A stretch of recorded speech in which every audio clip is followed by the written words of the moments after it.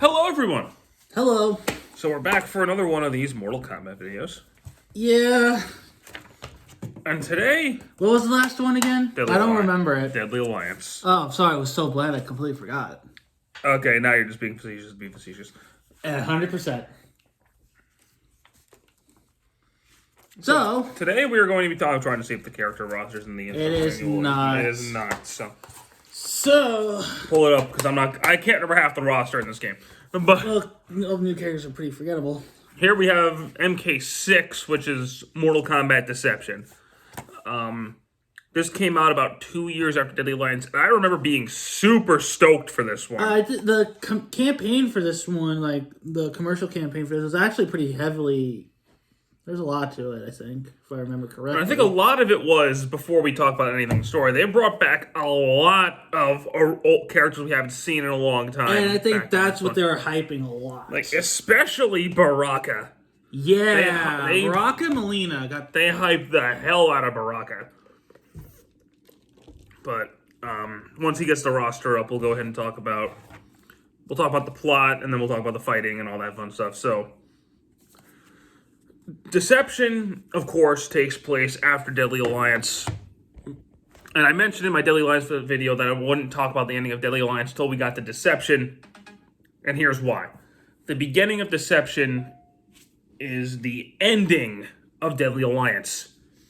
So, Raiden gathered his forces to fight the Deadly Alliance. And they lost. None of them were able to defeat Deadly Alliance. They're all killed off. So by the end of it, the only one left standing is Raiden. And Raiden's like, you know what? Alright, I got the character list.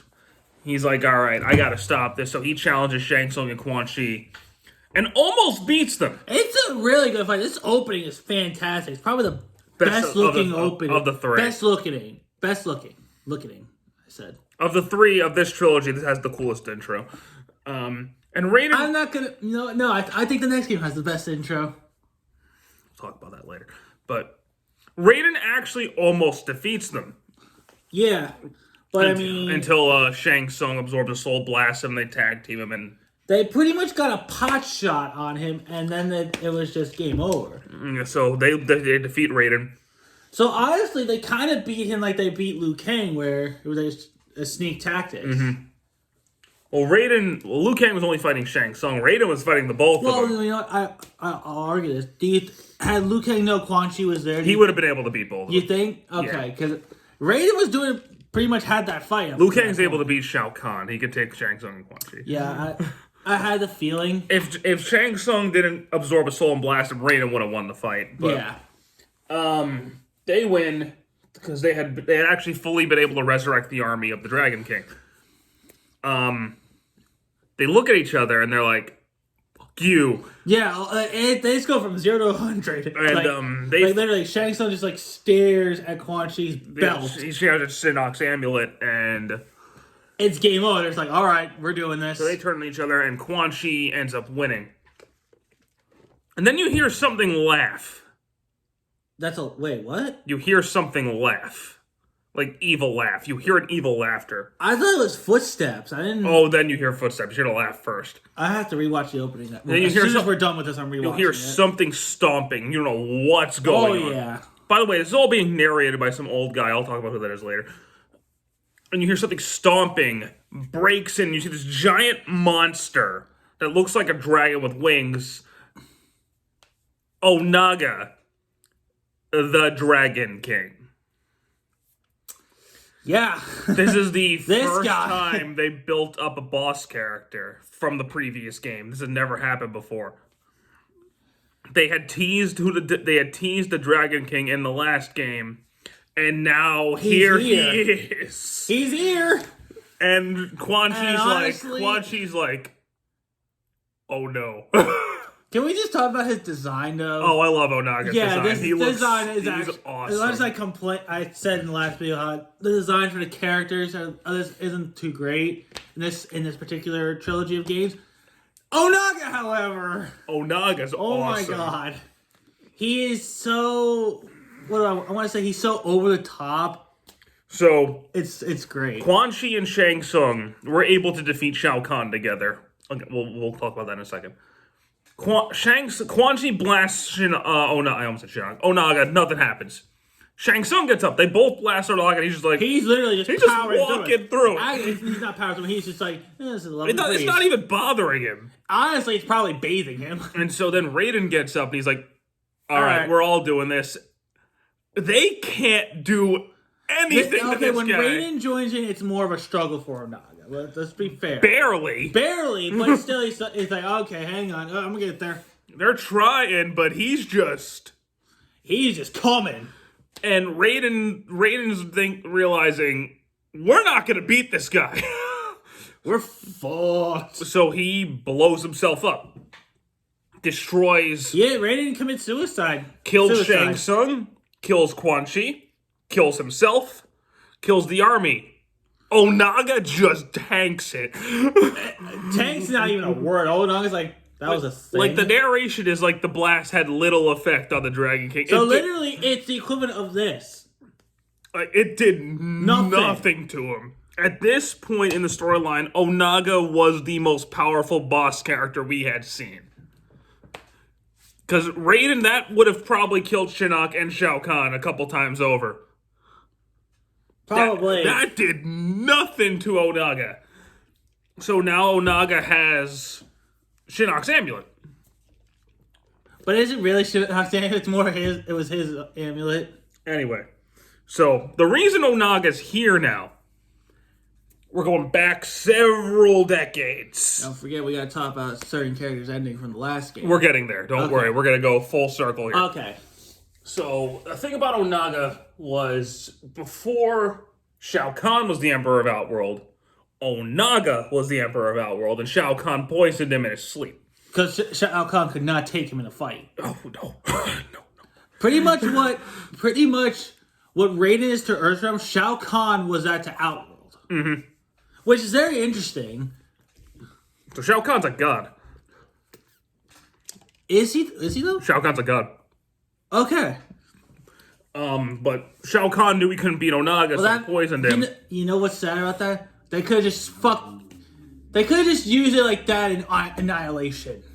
Anyway, that's just no. Onaga wouldn't, I think, knew this was going to happen, so there's this boy named Shujinko.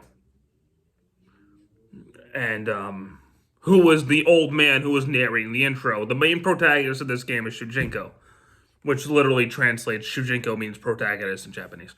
Really? I never bothered to look that up, so that's pretty cool. That's pretty cool. It's the only cool thing about his character.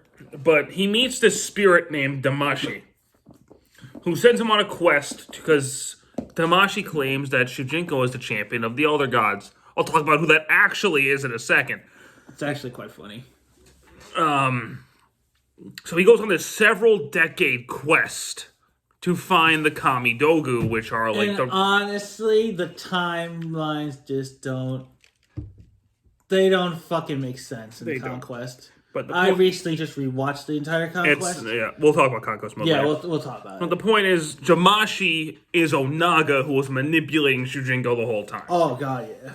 Shujinko, being the idiot he is, fell for it, and because of him, Onaga was able to regain power. What also happened, and why Onaga looks the way he does, Reptile's ending in deception. He finds Deadly Alliance. He finds Onaga's dragon egg. It hatches and possesses his body. So pretty much the final boss is Reptile. Technically speaking, yeah. Reptile's body. So it makes you wonder, since he's possessing Reptile, what did he look like before? I don't know. They never actually showed what Onaga looked like before. So a lot is going on in between before Onaga. So Onaga's presence corrupted Raiden. Raiden is now dark and angry and pissed off. Yeah, Raiden's not dead. He's back. With a vengeance. And he's like, I'm going to kill anybody who messes with me. He killed the Deadly Alliance. And now he's like, I'm going to kill everyone. So his first order of business is to resurrect the corpse of Liu Kang as his enforcer. It's honestly quite... So we got a zombified Liu Kang. Yeah, it's pretty creepy, honestly. And it doesn't have his brain or soul in it. It just has his fight instinct. And it's... Sub-Zero has now moved the Lin Kuei into the Arctic. And found this ridiculous samurai. It looks like the Shredder. Oh, God. I hate this design. Ermac has a big part in the story, actually. Ermac is now good. Ermac's good now because Liu Kang's spirit found him. And they work together too. They actually are the ones who revive Katana, Johnny Cage, Jax, Sonya, Kung Lao. Because they became enslaved by Onaga. After they died, Onaga resurrected because Onaga is a master of necromancy. That's why his army was undefeatable, because Onaga could just keep bringing them back as many times as he wanted to. Even while he was fighting, he was just like, okay, back. So that's why they were undefeatable, not because they were super powerful, because Onaga could just keep bringing them back. They were literally a zombie. So they weren't the problem. Onaga was. Yeah. So that kind of makes you wonder, though, had Quan Chi and Shang Tsung succeeded, Onaga didn't show up, that army probably could have gotten defeated. Oh, easily. But... So you got that going on. Noob Saibot is back. And he's found Smoke. And is now making cyber demons. Yeah. Did he turn Smoke into a cyber demon? He reprogrammed Smoke. So okay, so Smoke's still Lin Kuei. Yep, so he finds Smoke and reprograms him. Okay. He also encounters Sub-Zero, who reveals to Sub-Zero that he is in fact the original Sub-Zero. Dun, dun, dun. They had never hinted at this before. No. Noob Saibot is the Sub-Zero that Scorpion killed back at MK1. Now, how did you feel about this when you first found out? I'm actually cool with it. Everyone's cool with it. I loved it. I'm like, oh my god, that is awesome. It's about time that we figured out that this was Sub-Zero. People had kind of assumed it for a while. Yeah, I think it was going around the fans. But it does make me wonder though why, and they still haven't done it. Noob Saibot hasn't gone after Scorpion. I guess he doesn't care. I guess now he's like, well. That was a dick anyway. Speaking of Scorpion, Shujinko thinks he's the champion of the Elder Gods.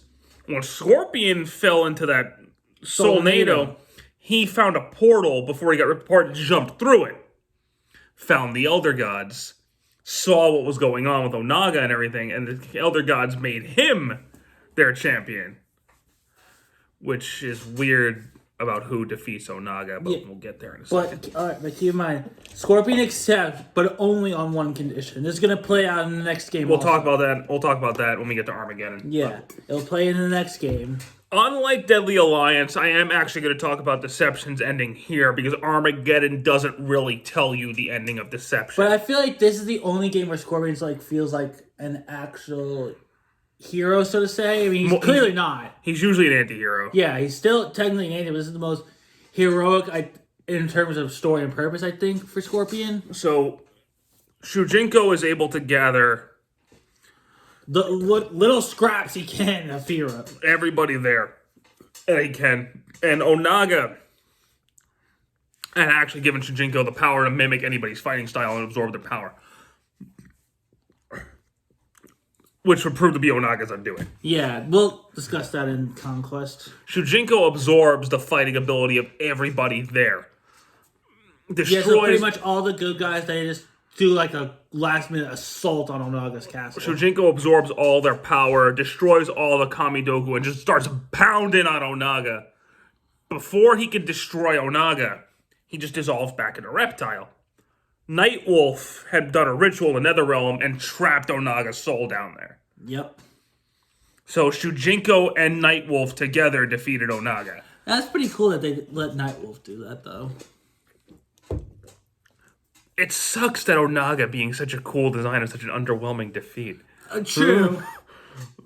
But that's it. Onaga's defeated, and we'll talk about the next game in the next game.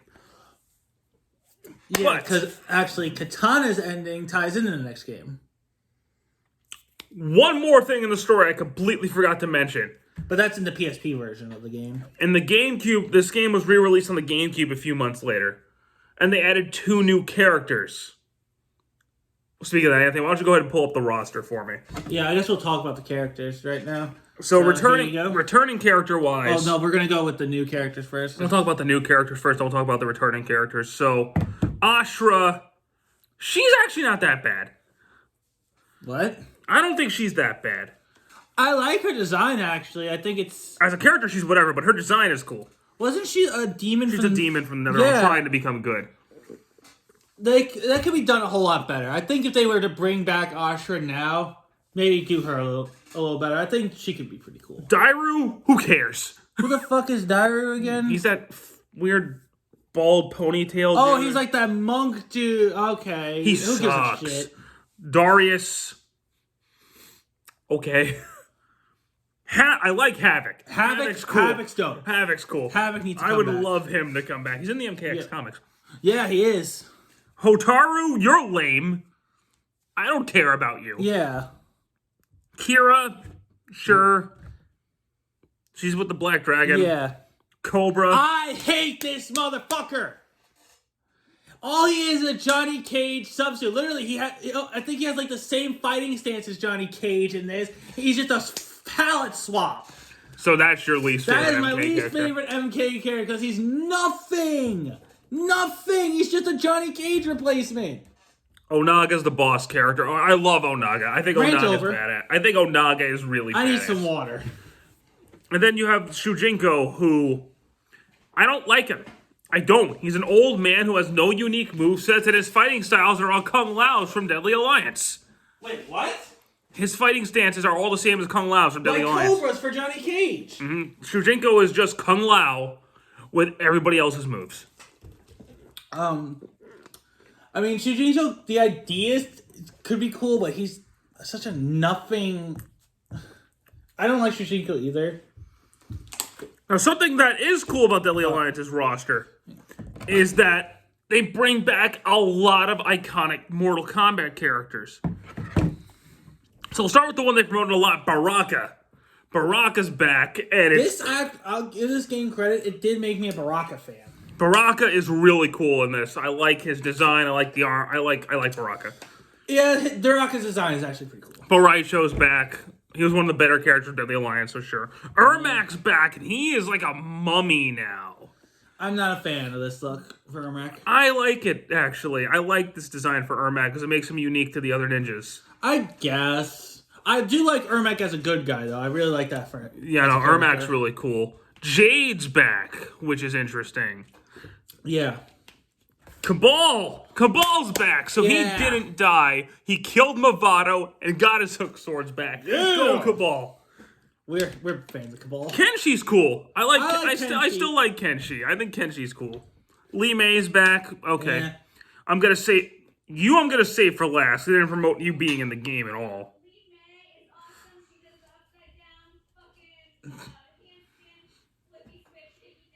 That's my girlfriend. Hopefully you all heard that. Otherwise, it's just a solid minute of silence. I'm gonna save you for last. Melina's back. They heavily advertised it because she was sex. Oh, dude, her alternate costume is giant tits and the mouth. Though, I mean, come on. Nightwolf's back, and it's cool seeing Nightwolf back. Yeah, Nightwolf is actually pretty cool in this game. Noob Smoke. Okay. I like Noob Saibot. I like Smoke. I don't like them as a tag team. No. It's pretty cheap. And honestly, I don't like Smoke's design. I don't even really like Noob Saibot's design in this. I like them as characters. I love Noob Saibot. Noob Saibot's one of my favorites. They should just be separate characters. Honestly, he's probably my second favorite character. But they shouldn't be a tag team. Raiden, as I said, is now Dark Raiden. He's dark, and he was actually supposed to be Fujin. They were supposed to put Fujin in the game, and Deception's intro would have explained why Raiden's not there. But I'm a little upset by that, but you know what? Raiden's way more popular than Fujin, so... I like Fujin. Scorpion's back because, of course, he is. I hate his design. Ugh. But Scorpion's the man. Sindel's back, and she's good That's now. interesting. Yeah, that's interesting. Smoke, I already mentioned. Yeah. Sub-Zero's back. I hate his design. Hate it. This fucking design. And then Tanya's back. Odd choice, really. All things considered. So there's actually a super hidden character in this game that they didn't announce that was going to be in the game at all. Yes. And that's Liu Kang. Liu Kang is a zombie. Well, we didn't mention that Raiden brings him back. Yeah, but they didn't. I know they didn't announce that he was going to be in the game at all. He's a zombie, and he's creepy looking, and he's actually overpowered as hell. Is he really? He does double damage to Onaga if you use him. Really? Mm-hmm. Do you have him unlocked? Mm-hmm. He's broken. Oh, it's okay. And then in the GameCube version, they added 2 new characters. Goro and Shao Kahn. That was a surprise. When I saw that, I was like, wait a minute, what? So you're probably wondering, what the fuck is Shao Kahn doing here? Shao Kahn didn't die. He created a clone of himself and booked it. Well, yeah, there's pounding in MK3. So Shang Tsung Quan Chi killed his clone and not him. So he found Goro and healed him. Because Goro was like on near death. From what? Noob Saibot. Oh. Noob Saibot did that to him. My man Noob. So now they're like, we're taking Outworld back. Fuck you, Onaga. And what sucks about Shao Kahn healing Goro is, but from MK4 to this point, Goro was actually on the good side. But now, because Shao Kahn saved him, he's like, I got your back, Shao Kahn. Yeah, him and Kitana made a treaty because Kitana became Queen of Edenia because Sindel wasn't back yet. But with Onaga's defeat, Shao Kahn does actually take Outworld back over. Yeah. And he is like back at full power by Armageddon. Yeah, so now he pretty much has the show. It's pretty much back to square one with Shao Kahn. Oh, Shao Kahn. Don't worry, we got a lot more to say about you in the next couple games. Yeah, thank God. In the PSP version, they add Blaze, Katana, Jax, and Frost. All 3 of them are just ported straight from Deadly Alliance, so I'm not going to really talk about that Katana's endings, and I guess Blaze's ending. Blaze's ending, too. Blaze and Katana, we'll talk about in the next game. But gameplay-wise, I feel like this feels and controls a lot better than Deadly Alliance. Okay, yeah, it does, but still not that great, though. In comparison to Deadly Alliance, I think Deception is a lot better than Deadly Alliance. Yeah, but, I mean... They added a lot of new stuff to this. People have 2 fatalities now. Yeah. So that's cool. And you also have something I wish they'd bring back, which is Harakiri. Yeah, that was an interesting idea. Harakiri means suicide. And... Pretty much, if you want to tell the person who just beat you to go fuck yourself, you put in a command and you kill yourself. You're like, ha ha ha. And do you get does your opponent get the win? I mean, you still lose, but well, you still win, but the win does not count, right? I don't know. I don't know about that. Forgot. I haven't. The point is, if you wanted to be like, yeah, I'm not gonna let you kill me. I'll just kill myself. So that's cool. They added death traps now. Yeah. Which are basically just glorified ring outs, but... I mean, stage fatality has always been an option. But now you could do it... In the older games, at least. Now you could do it without putting in a command. You just knock somebody... Yeah. Into... But also that could just happen randomly throughout the match. And now you can... Levels are like multi-tiered now. You can knock people through them, knock people through walls, knock them off of things, pick up weapons. They did a lot more... They added a lot to this one. They did. And that's part of why I like this a lot more than Deadly Alliance. Me too, but it's still not one I go back to a lot. Oh, if there's one of these 3 I'm going to go back to, it's Deception. Yeah, I agree. Now, they added 2, but really 3 new modes. The Conquest mode is basically a complete revamp. Yeah. And I hate it. What's the gameplay for this? It's kind of like a weird open world RPG type thing. Yeah, and then the fight, just the story isn't that great. It makes no sense. It's all training. You're training. Yeah, it's training. Shujinko isn't a good character to follow. He's not a good protagonist. He's just not. No, and the time, so when you start out, Shujinko's a kid, and what era, or what time period is that in? I don't know. The timeline doesn't make sense really when you think about it, because it's like the Lin Kuei is there, and I mean that makes sense. The Lin Kuei are thousands of years old, and you're fighting Sub-Zero, but I don't know which Sub-Zero it is. Yeah, he's a young man when he wants to go, and Kenshi was going to be in the first Mortal Kombat tournament for some reason now. Doesn't, though. He got blinded by the sword. Yeah, but he still said he was going to want to try it and go for it. Then all of a sudden, Shujinko was going to go in the first Mortal Kombat tournament when he's, in his 40s. And then he ends up somewhere else, and Then he ages 20 years, even though 20 years haven't passed in the MK time. So yeah. Maybe in other realms, time works differently. I don't know. It's stupid. It doesn't make any sense. It just hurts my head thinking. It's just basically glorified. Oh, we need him to be an old man to fight Onaga. Because that was the design we picked. Pretty much, so. And it's just, it's awkward. It's clunky. It's clunky. It's ugly. Yeah, the graphics are not that great. In the fighting engine, it's fine. In the conquest mode, it's... Oh. But graphically, outside the conquest mode, it's actually a pretty decent improvement on Deadly Alliance. It is.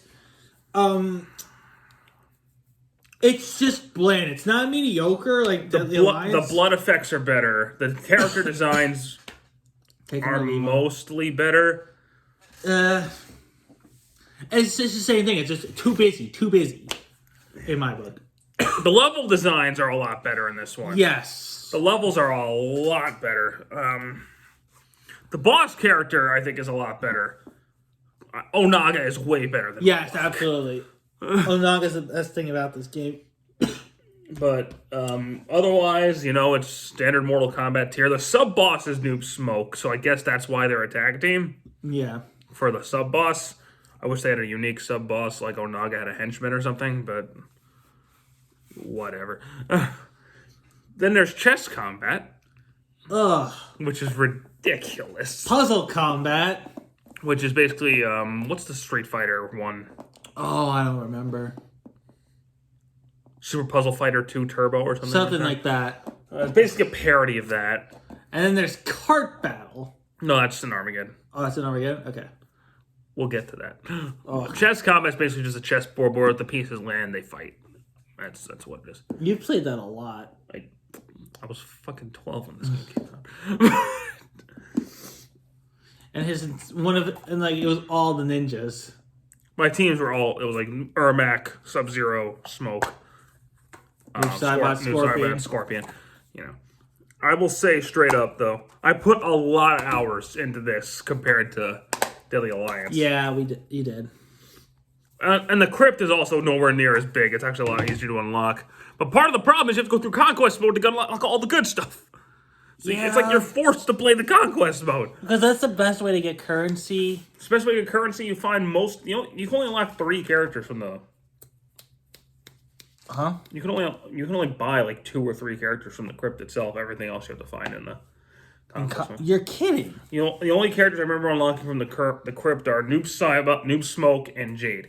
Everyone else you got to find in the conquest mode. Wow. Huh. You have to get them to play conquest mode somehow. Let's force them to unlock. Let's force the unlocks in there, and like half the roster's unlockable. So let's force them to play it. This is also the first fighting game ever to have an online mode. So that was interesting. It's a staple now, like every fighting game does it, but Deception was the first fighting game to go online. Really? Yep. I mean, it says on the case here, but I never knew that. This and then Dead or Alive Ultimate right after. But this was first. No kidding. This and this and Dead or Alive Ultimate were the first fighting games to go online. Wow, the service must have been bad at the time. Oh, I'm sure. Could you imagine? It was better on Xbox Live, I imagine, than it was on PlayStation at the time. Because PlayStation 2 online was terrible. But probably Xbox Live. I always forget. I always associate Xbox Live with the Xbox 360. I didn't start online gaming till that era, so... No, we didn't. We started... Xbox 360, PS3 era is when I started anyway. But, like I said, Deception, I think, is the best of this trilogy, personally. It is. Oh my god, my hair. I used to, think the world of this game, and I still have a soft spot for it, admittedly. I won't lie, there is some nostalgic connection with this one. But I'm just... I see a lot of problems with it. It's just kind of... It's bland. That's my problem. Oh, they have uppercuts back in this one. Oh, yeah. You can uppercut now. That's my real problem with that one. I mean, from mediocre to bland, bland's automatically going to be your better one. I'm not going to call this one bland, but... Well, how often do you think about this one? Of the three, I think about it a lot more. Well, how often do you think of this trilogy of games? Oh, if I'm going to think of a Mortal Kombat game for this trilogy, it's going to be this one. Yeah, but like we said last time, when I think Mortal Kombat, I don't think of this. No. Or the other two. I'll think of the original trilogy. There's one more thing I want to mention, because I don't want to dedicate a full video to this game while we're here. Because this doesn't deserve a full review. Oh, okay. We're doing this. All right. But this was when they started doing Mortal Kombat every year. This isn't a full fighting game. I don't want to dedicate a whole video to it. That's fair. As long as we talk about it, because I really want to talk about this one. Mortal Kombat Shaolin Monks came out right after, which was the third adventure-style game they tried. And it's easily the best one. I really like this game. It's a fun little co-op beat-em-up game that's like a loose adaptation of K2. It's not canon. No, definitely not. But it's fun. Like, if you and a buddy want to just play as Liu Kang, Kung Lao, and kill things... This. Or, if you can change their costumes to be Scorpion and Sub-Zero. Yeah, after you beat the game. Yeah, or you put in the cheat codes. Or you put in cheat codes. But I have a lot of fond memories with this game. Shaolin Monks is fun, but I didn't want to dedicate a full video to this one. I understand. I love the character designs in this game. They're pretty cool. Yeah. The graphics have not aged well. No. The opening cutscene is pretty good, though. The final boss is a douchebag. Oh, fuck that final boss. Oh, but then again... And Shao Kahn. Yeah, spoilers, Shao Kahn. That whole fucking... that whole thing, that gauntlet is a pain in the ass. Otherwise... Especially in co-op. This is a fun one. It's not... If you're a Mortal Kombat fan, play it. But. Definitely. I don't think... Anyway, if you're not into Mortal Kombat, I don't think you'll get much out of it. No, you won't. I really like the set pieces in Shaolin Monks, too. It screams classic Mortal Kombat in the best way. Yeah, it does. So... But, yeah, like I said, I don't have much to say about this one. It's a co-op beat-em-up game. That's what it is. It's funny. Honestly, I have more fun memories with this than I do with any of the other in this trilogy. And that's sad, really. That is kind of sad. But, I have a ton of fun with this game. I honestly wish... Because I wish they made a sequel to this. They were supposed to. Yeah, they left it open for a sequel. They were going to, and then Midway got bought out, and then we got MK9, so... Well, I still say, you know what? Another round, do something like that. I'll talk about that when we get to Yeah, I'm still open to the idea. Anywho, that's gonna be it for this one, guys. I didn't think this was gonna go on for about 30 minutes. Well, that's because we got 2 games in there. Next up, we'll be talking about Mortal Kombat Armageddon, so... Oh, boy. Stick around for that one. Oh, boy. Until then, guys, take care. Bye.